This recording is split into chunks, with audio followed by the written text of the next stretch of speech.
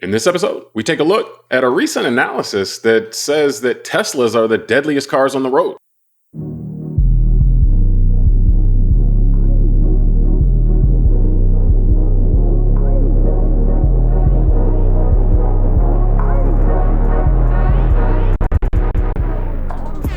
Hello, welcome to the Car Like I See It podcast.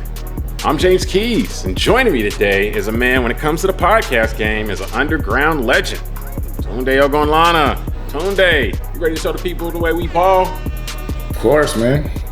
Didn't know I was a legend, but I guess that's what the kids say, right? I guess so. Yeah.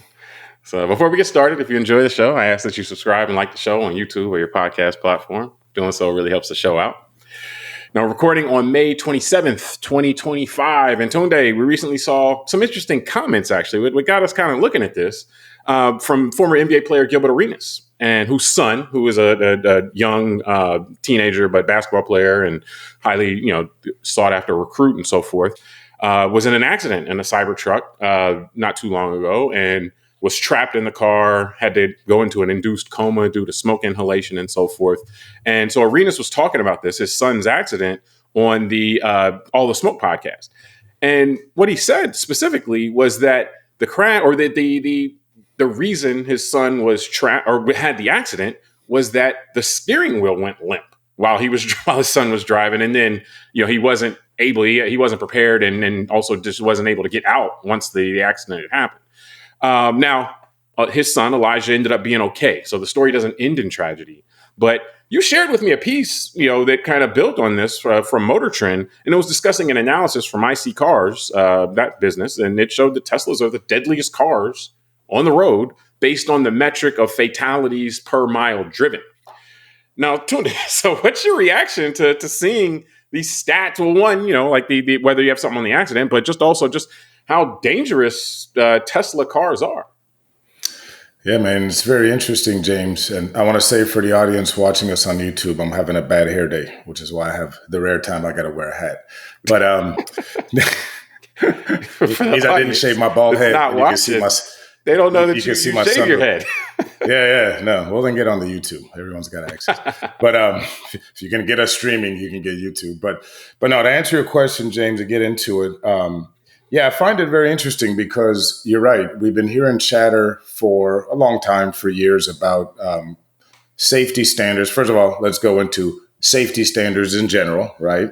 We know that the auto industry has, had a history of some of these issues with consumer safety on the road. But then Tesla as a company has had a little bit more scrutiny in recent years. And they've tried some newer things that other car companies haven't, like driverless cars. Self-driving cars, not driverless. So with those new technologies, there's been accidents, there's been fatalities. And then to your point about what's happened to Mr. Arenas' son, I know personally of people here in South Florida, unfortunately, that lost a teenage son due to a Tesla hitting a tree, catching fire. And unfortunately, the young man was stuck in the car and burned to death. And like you said, Mr. Arenas' son ended up in a coma due to smoke inhalation. So even though he survived, he was probably right there at the edge, or if had it been a few more minutes, maybe he might not have. So to me, he's out of the coma now. Just to he's okay. He's made a full recovery, but but it got me curious as to, well, what's going on with Tesla? Why do they have a track record which is double the average? So, like you said, I learned in that Motor Trend article that they have a double. Their record of fatalities, let me just put it this way, is double the national average for a car company. And so that just got me curious. Per miles driven. That's not that's a pretty, it sounds like a pretty fair metric. Like per miles driven, they have twice as many fatality accidents as the average, the normal. Yeah. And so it just got me curious into looking into it. And I guess that's the basis of our conversation. Yeah. What is going on here? There's the state safety standards was kind of where my mind drifted to. Also, though, I think that something else has happened just with the auto industry in general, and Tesla's kind of on the forefront of this. And that is like our cars, like depending on how old you are, cars are mechanical devices or they're mechanical devices with electronics. But what cars are now aren't necessarily, they are electronic devices with mechanical parts. It's kind of changed. And so what's going on? And so when this guy's talking, and when Arenas is talking about the steering wheel went limp, I'm like, well, what are you talking about? Like, isn't the steering wheel connected to a shaft that's connected to something? And then those rotating parts cause the wheel to turn? And it's like, well, now yes, it was when it was a mechanical device. Now the steering wheel, based on turning, is generating some combination of zeros and ones, some digital signal. That digital signal is being sent to some other electronic device that's receiving that, and then deciding how much to adjust everything based on what's the signal. And so I think there's a fundamental change in that, because we all have electronics. We have cell phones and TVs and all that kind of stuff, that computers, all that, and we know, sometimes these things just kind of go crazy a little bit. But for us, when it's like that, it's like, okay, let me turn it off, turn it back on, and then everything will usually be okay. And so, if my car is just like that as well what happens if I'm going 70 miles down the road, and then some kind of thing, I just need to turn it off, turn it back on, but I'm in the middle of driving, So the idea that the cars have changed, and we may just not be conscious of that, we probably need more regulation, more regulators looking at, okay, well, hold up. When you start changing the things that make this thing move and maneuver, and those become digitized, then in terms of how it's operating and not just responding to a mechanical action, what more risk are we introducing there? And so, and again, Tesla's been on the forefront of this stuff, in terms of really pushing the envelope of the departure from more relying on more mechanical stuff. It makes it smoother. It makes it, all that kind of stuff. But it introduces a level of risk, and that there's something happening there where Tesla is such an outlier from the norm. It's twice as many, fatalities per, and they think it's 5.6 fatality accidents per billion miles driven. So it's still relatively small, but the average being 2.8 is like, well, why is it that much different? So I think at minimum it's something we need to be looking at a little more closely. Well, I think you bring up something profound, actually, and it's a great point regarding. Oh, sir, I appreciate it. Hey, don't let it get to your head too much. Well, see, that's how we do it. I always compliment you at the very beginning, and then you can throw them back at me. Yeah. In the show. I give you 1.25. I don't want to do it too much. I'm gonna call Deanna and say, "Hey, we got to keep them even keel here." But my wife will be happy to hear that. Over here, bigging my head up. But no, it's the profound thing is, honestly, man, it's because I think you hit something on the head, which speaks to, I think, a lot of the conversation we should be having in the greater society. We're not, but. There's no time to talk about that stuff, man. We got all this other, let me just say this way, social issues. No, but the way that you succinctly put it in terms of how we grew up with a vehicle, you're right. I mean, I think about before we were born, they were really all mechanical, the Model T Ford, right? But when you and I were kids in the 80s, 90s, I mean, the cars had obviously some computer components, but it was everything. It was a mechanical device, yeah. Yeah, correct. Like you said, when you move the steering wheel, actual mechanical parts were moving behind the scenes. Yeah. Now, like you said, the steering wheel movement, hits sensors, and those sensors, based on microprocessors and all that, then tell the car what to do. And so that creates a much different environment. And yes, from a safety standard, then that changes that when you get into a car accident, maybe you get locked into the car if it's all based on electronics unintentionally. Doesn't mean that the car manufacturer is malicious. It's just the way that once that the electronic connection to open the door is broken because of the accident or the fire, the door stays locked, and a normal human being can't push open a metal door that weighs a certain amount.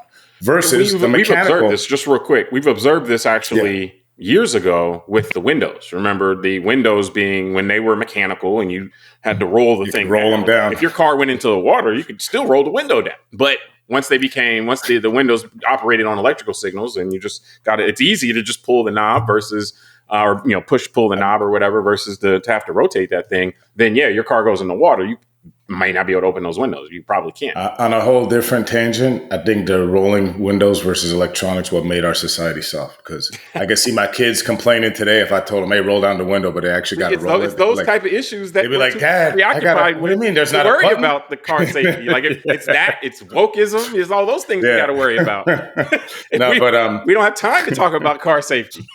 No, but that's why I thought, that's why I wanted to highlight your comment of just being very good, because I think we could extrapolate that to a lot of other parts of society where the infusion of technology into old industries or the way that we have been used to doing things, and then the speed at which these changes have come about, which is really, even though we know computers have been around for a long time and cars have been around for a long time, like you're saying, Tesla is the first attempt at making a computer that happens to drive on the street. So what do we do with that, to your point? From a regulatory standpoint, does this type of automobile fall under the same regulatory framework as a traditional automobile that's all just or primarily mechanical parts? Or do we need to have some new way to look at this now that we have the data that says that, like you said, this vehicle has double the fatalities of the national average of other vehicles? So does that mean we need to look at how a computer that has four wheels and drives humans around should be regulated versus an automobile that happens to have computer components in it? So I just thought, that's why I said it's a profound. Yeah, but just to be clear, we're talking about the actual, not even a driverless car, but just you being a human driver, your interface and your interaction is all with parts that when you push a button, it doesn't, or when you do something, it doesn't mechanically move something. It causes a signal to be sent. And so that level of connectivity, while adds a lot of convenience, it also creates additional risk. And so and then the other piece I think that, is just like you touched on it, is the regulatory piece. We know just the way that Musk operates publicly, that he's not regulation to him is not an opportunity to improve. That is like, okay, well, then I need to pay off the regulators, or I need to get into the government so I could then close the office of the regulators. And, he does a lot of things to deal with regulation that don't involve changing and improving the product or making it safer. And so, I think that... Interesting. I'll buy a social media platform to convince everyone that I'm a safe that's guy. Another one. Seriously, it's a good point you make. Yeah, he does all this other stuff. It's like a kid that spends more time cheating on the test figuring out how to cheat. Yeah, just studying. It just shows you the mentality. I'd rather just go around it than do the normal way of. So anyway, sorry. Yeah. So something. So that's a notable behavior when we have look, if they were super safe, then it'd be like, okay, that's just a personality quirk. But since they're not, then it's like, well, hold up. That may be introducing additional risk, particularly where there may not need to be additional risk, but just because of this mentality of, oh, you're not going to tell me what to do. Oh, I'm not going to make this thing. You say this is unacceptable risk. We'll be the judge of that or something like that. So I think that mentality is something to keep an eye on as well. I've got a question for you then.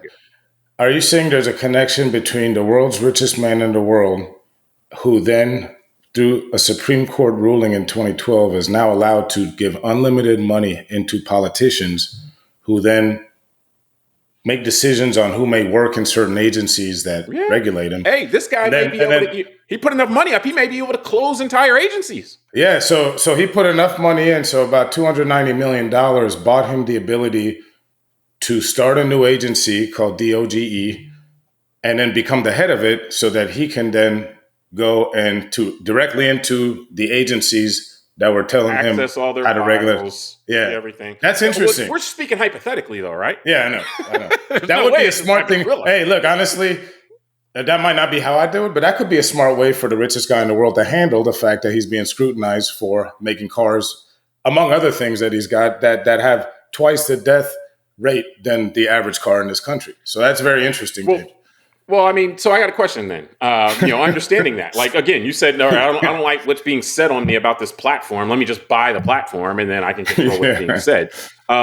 Do you think that this is a story that's underblown? Like when you sent this to me, you were like, man, I had no idea. Obviously we're not over here monitoring vehicle safety reports, but just in general, do you think that it's something that's underblown, that we have, that one of the more popular, car companies is twice as deadly as the national average in terms of fatalities per mile driven? Well, say what you want to say about your time in your personal life. I spend a lot of time looking at these studies. Looking at Motor Trend. Motor Trend and trying to be the next Ralph Nader. Hey, fair enough. You're the one that sent we talked about the Arenas thing. You're the one that sent me this. So, maybe that is. I'm joking. Then I woke up from my dream. But no, so James, this is interesting, man, because in preparing for today and reading about all this other stuff, because of course I start going down my rabbit holes. One thing leads to another, and I'm looking at how Starlink is being another company owned by Mr. Musk is being pushed around the world right now, and certain geopolitical positions are being taken in order. What appears to me from the surface that it appears that our country is being led into geopolitical stances.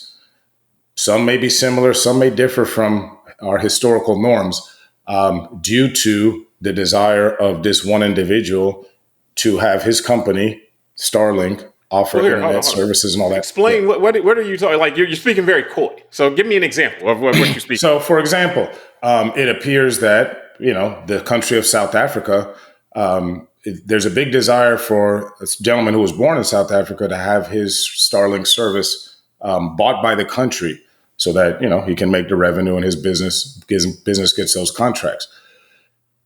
South Africa has said, we don't want to do that. They got other relationships, other big tech firms that they're dealing with, right? And instead of just accepting that, or maybe becoming more competitive so he can compete with Google and Microsoft, whoever else got these contracts, he decides through his media platform to begin a propaganda campaign that white South Africans are being, killed and all this stuff, and that there's a genocide. Then that morphs into not legislation, but actions by our government when we have been told that immigration's bad and refugees are getting kicked out and all that. We've invited as a nation African refugees from South Africa and given them benefits in farmland when we're hurting our own American farmers. So that's an example how the country's actually changed its international geopolitical stance as relates to South Africa. You're saying that it appears or alleged that this is being done in order to give Musk a better negotiating position?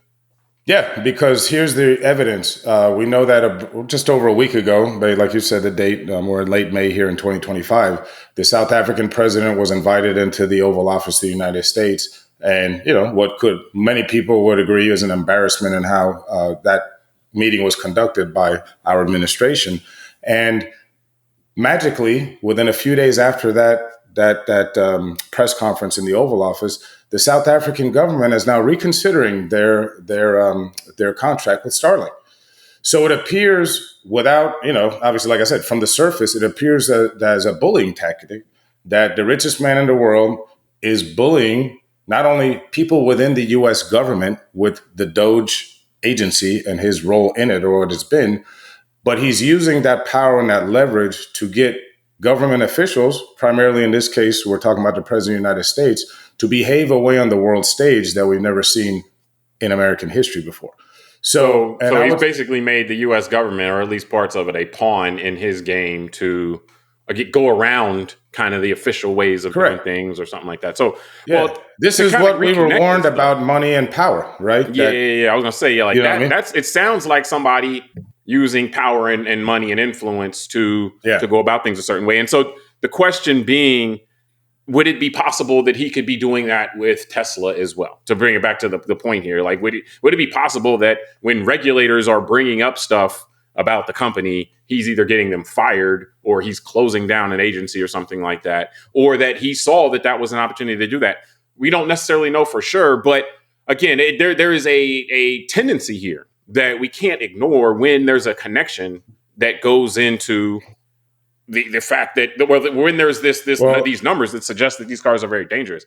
I want to put this out here, James, but hold on. Because there was a Senate study already done this year. I'm just going to say $1.19 billion in potential liability as a result of Tesla's allegedly false or misleading statement about its autopilot and full service driving features. That was one of these investigations he shut down as relates to Doge. So yes, I just want to say for the audience, there's a direct correlation. It was a windy road, but I mean the point being that we see he gets his hands in the government. the people that would be protecting us from a car company having such an outlier fatality rate. And he gets his fingers into there and he starts doing everything but for making the situation better from a safety standpoint, but actually just manipulating the system. There's same things with SpaceX, Neuralink, the one with the chips Neuralink, we've heard reports about that also. 280 million in potential liability from Neuralink's alleged false or misleading statements about its potential risks and many more. So here's a guy that wants to put microchips in people's heads. Yeah. He's lying about the research and all that. And then, when the government, to protect us as citizens, because we're the ones he wants to put the chips in the heads on, right, and sell all this to us. When they say, hey, man, you're not doing it right, that you're hurting people or animals or whatever they're doing, and to fine him, now he gets to go in and break up that regulatory body, and he gets to make it go away. So it sounds a lot like Bond villain stuff, man. Yeah, I mean, hey, look, you know what I thought of, James, honestly, is that this country was founded by the founding fathers from a government standpoint as a way to make sure we don't have centralized power like King George, right? To diffuse this kind of power in the center. Then 140 years later, by the 1930s in the New Deal, they had done it to private capital, like trying to stop what happened in the Gilded Age. That, guys like J.P. Morgan can't be wealthy enough to lend a U.S. Treasury gold just because he feels like it, right? And all these guys that were... Yeah, these guys became more powerful than nation states. And so what happens is the first 140 years of our country was about how to break that kind of stranglehold between capital, like power through money, and like leading people, like leading a big country like this. And it seems like in the last 50 years or so, those guardrails have been dismantled. And we are here Humpty Dumpty just put it back together again, basically. Yeah, like literally, this is the robber barons. Like, I've thought about it, James. We grew up with stories about like Ebenezer Scrooge and the Grinch, and those stories came from the 1800s when guys like this were controlling, everything. Yeah. I mean, I think that definitely for something like this, whether the story is underplayed, I would think yes, it is. Just because this is information I would want readily available if I'm looking to buy a car. One of the things I would put in throw it out there though, which was interesting to me as well, is that Motor Trend has this report on this analysis by ISeeCars or ISeeCars.com. But ISeeCars, part of what they say in there is that actually they think, and I don't know. Again, I'm going to take their words at face value, and we can parse them out if we want. But they said that it's actually the characteristics of the drivers that drive these rates more than anything. There's a physics aspect. Smaller cars are going to be, generally speaking, more prone to act when it's in accidents, more prone to have fatalities. Things like that. Sports cars tend to indicate more risky behavior. But they said in particular, like, we don't think this is a small or large car issue, but they did think that the drivers of the car. So I also wonder, is there built into this, is there a early adopter kind of effect? Like, okay, what's the kind of person that drives a Tesla? It's a new car brand, hadn't been around, doesn't have a long track record, but they're trying to do something, that is different or whatever. And that's like an early adopter kind of thing. And early adopters, maybe what we're seeing here also, in addition to like steering wheels going limp. So it's not to let the company off the hook, but steering wheels going limp or whatever other, with these potential electrical malfunctions or electronics, malfunctions with electronics, but just kind of maybe early adopters are more risk takers, and so in addition to the cars maybe not being up to snuff safety wise, which, again, I'm not in here inspecting, and I rely on regulators for stuff like that. I wonder if there's a Tesla driver thing, early adopter or some other characteristic that may be more prevalent in drivers of Tesla or not. Specifically, I wondered that because this piece specifically says, which we'll have in the show notes, that the drivers matter in terms of like this, and so maybe it's not as broad of a slice of the public, but more of a type or a part of the public that is that's more risk tolerant. That's a fair assessment. You're a fair-minded guy, giving Mr. Musk a break. Giving him a pass, man. Oh my gosh, what am I doing here? You're just. I got no argument with you. Look, more study. The fact that what they said specifically was that fatality rates at a brand level is a driver behavior rather than vehicle size or design. And so that's, and again, and I don't know if they're carrying water for Musk because they don't know the lawsuit, because again, we don't know he does that. He'll sue these people. And it's like, well, the numbers are the numbers, man. But it's like, they throw that in there in case they get sued or something like that. Just because when you have a lot of money, then you can sue people a lot of times just to make them spend a lot of money, on something, because you got more money than they do, so you can, it hurts you less than it hurts them. So who knows? But like suing people who don't advertise you. Remember that? We remember. Yeah, if you don't advertising with me, so I'm going to sue you. And it's like, oh my God! But I'm all about freedom, aren't I? Yeah. So it's just, you got to love it. The freedom to be a Nazi and do ISeeCars without any repercussions. And with you still giving me money. That's interesting. So I get to be a Nazi, but when you say you don't like it, I'm the victim. Yeah, that's a very interesting position to take. So, hey man, that's the way some people operate, man. Yeah, I'm not sure where we go with this. Well, I think we're gonna wrap this up. Did you have any final comments before we close this up? No, man? I think that's it. That's it. I guess I could say some Nazi stuff and act like I'm a victim, but I won't. So, I prefer you not do that. Yeah, do that me too. I prefer I don't do that some too. Other time. Yeah, I just won't do it. How about that? Yeah, there we go. But I think the overriding point, and again, there with any, like, the world is complex, so with anything, the idea that it's not all, with any occurrence or situation, the idea that it's not all one thing doesn't necessarily mean that whatever the major contributing factor is, you shouldn't address. So I think there is something that probably needs more scrutiny when it comes to what's happening with Teslas. We can't put that all on driver behavior. That's pretty, again, even if you can find some characteristic among all the drivers or a tendency, so to speak, twice the norm is, that's a lot. And we're talking life and death here. So I got a joke. This is why eugenics is coming back, man, because they're going to say, no, it was those drivers who were inferior mentally that were not able to drive the car properly. It's that slice, okay? That's the ones. This is where the misdirection is coming, about brother. The people that bought his car, though, so I don't know that he's going to go that direction. So I won't put it past him. Yeah, no, you're right. So remember, the ISeeCars tell us the eugenics is, it's part of the playbook. well, yeah, but no. So ultimately, though, you're looking at this and you take something away from it. Again, what you take from it, whether it's simple as you vote with your pocketbook and say, look, well, if this is the deadliest car brand, maybe that's not the one I'm looking at. I find it one thing I do find interesting, though, as I close this up, though, is that him having the deadliest car brand did not hurt the momentum of the company, because this is not, this study was done over years from like model years 2018 to 2022. So them being the deadliest car brand, it's like, okay, yeah, they can still have this sterling reputation.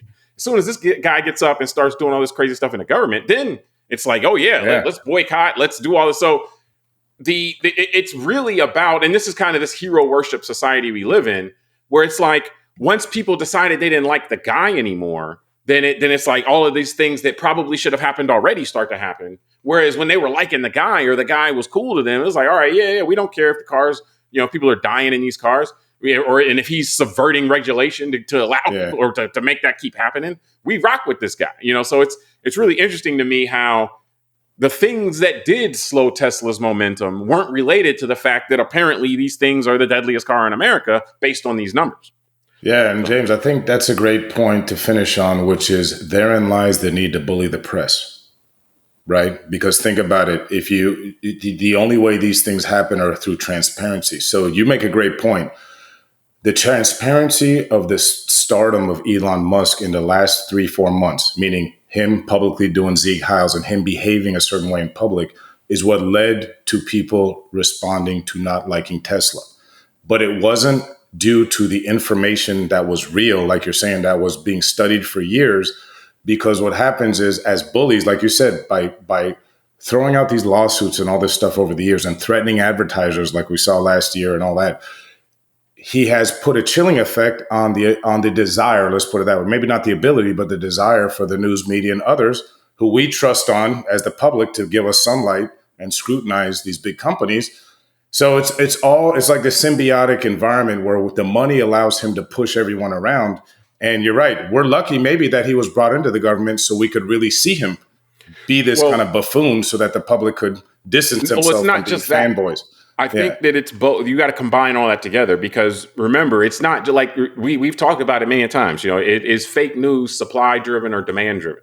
And you end up coming back to the fact that there's a supply piece and a demand piece. But in this case, Elon Musk turning people off to him probably increased the salience for information like this. This same story, it will get clicked on more now because people are already like, man, I don't even know. It's fascinating. Because like while everybody's while we got so many of these fanboys running around, this same story will be like you just scroll right through it. But once you start questioning that, then it's like, oh, well, maybe what is this thing about Teslas being, not that safe? So I think that some of that is, just kind of like, we did that book, The Righteous Mind. And, it's just kind of like that kind of stuff where, once to pull from that book, once our elephants start leaning away from him, then we start noticing a lot more things that, it's like, oh, well, maybe this isn't good for my health, type of thing. So, but we can close this topic up for there. But it is interesting, I think, our own society's reaction and what, really gets us going and, and what doesn't, so to speak. And then once we get going, obviously, then it's easy to keep us going down that same road. So, but yeah. Hopefully, all things considered, these type of revelations end up with Teslas becoming safer cars. Like ultimately, that's the main goal for stuff like this. Not just for him to close, the department that's monitoring this at the government. So, but yeah, I think we can wrap this topic from there. We'll have a call out for this week as well, so you can check that out as well. But until next time, I'm James Keys. I am Tunde Ogunlana. All right, subscribe to the podcast, rate it, review it, tell us what you think, send it to a friend, and we'll talk soon.